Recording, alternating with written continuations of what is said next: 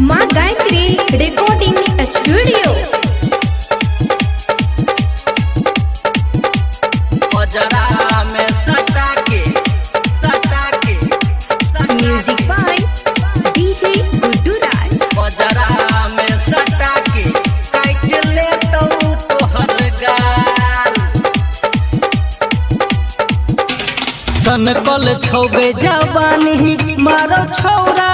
सब टाल छपरा मधुबनी भर गमो में हेतै बवाल गे सनकल छौबे जवानी मारो छौरा सब टाल छपरा मधुबनी भर गमो में हेतै बवाल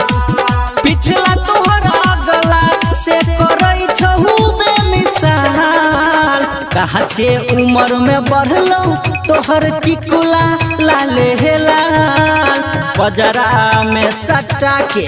काट ले तोहर गाल गे कहा छे उम्र में बढ़लो तोहर टिकुला लाले हे लाल बजरा में सटा के काट ले तोहर गाल बजरा में सटा के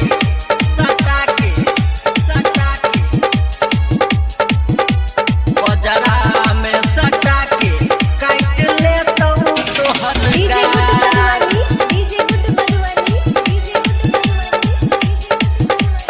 बजरा में सटा के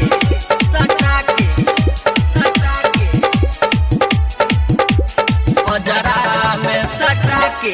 काट ले तोहर गाल लभ के खजाना तोहर कर देतोगे खाली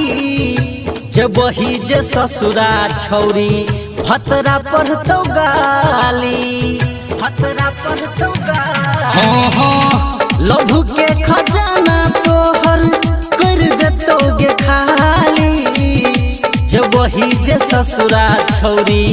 भतरा पढ़तो गाली छीही रसगुल्ला छौगै होठ लाले लाल कहाँ छे उम्र में बढ़लो तोहर टिकुला लाले हे लाल बजरा में सटा के काट ले छोरा गाल गे कहाँ छे उम्र में बढ़लो तोहर टिकुला लाले हे लाल बजरा में सटा के काट ले दुनु गाल बजरा में सटा के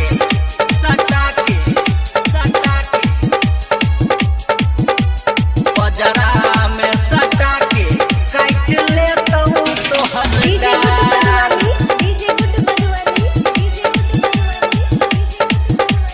बजरा में सटा के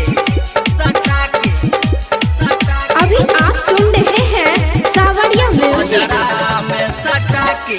काट ले तोहर गाल छौरा सब दीवाना छै गे तोरा खजाना के डीजे संजय गौतम पिए तो सिगरेट पनामा हाँ हाँ छौरा सब दीवाना छै गे तोरा खजाना के डीजे संजय गौतम पिए तो सिगरेट पनामा के कहे धर्मेंद्र छौरी गड़बड़ छै माल कहाँ छे उम्र में बढ़लो तोहर टिकुला लाले हे लाल बजरा में सटा के काट ले छोरा गाल हाय हाय कहाँ छे उम्र में बढ़लो तोहर टिकुला लाले हे लाल बजरा में सटा के काट ले तोहर गाल बुझली गे।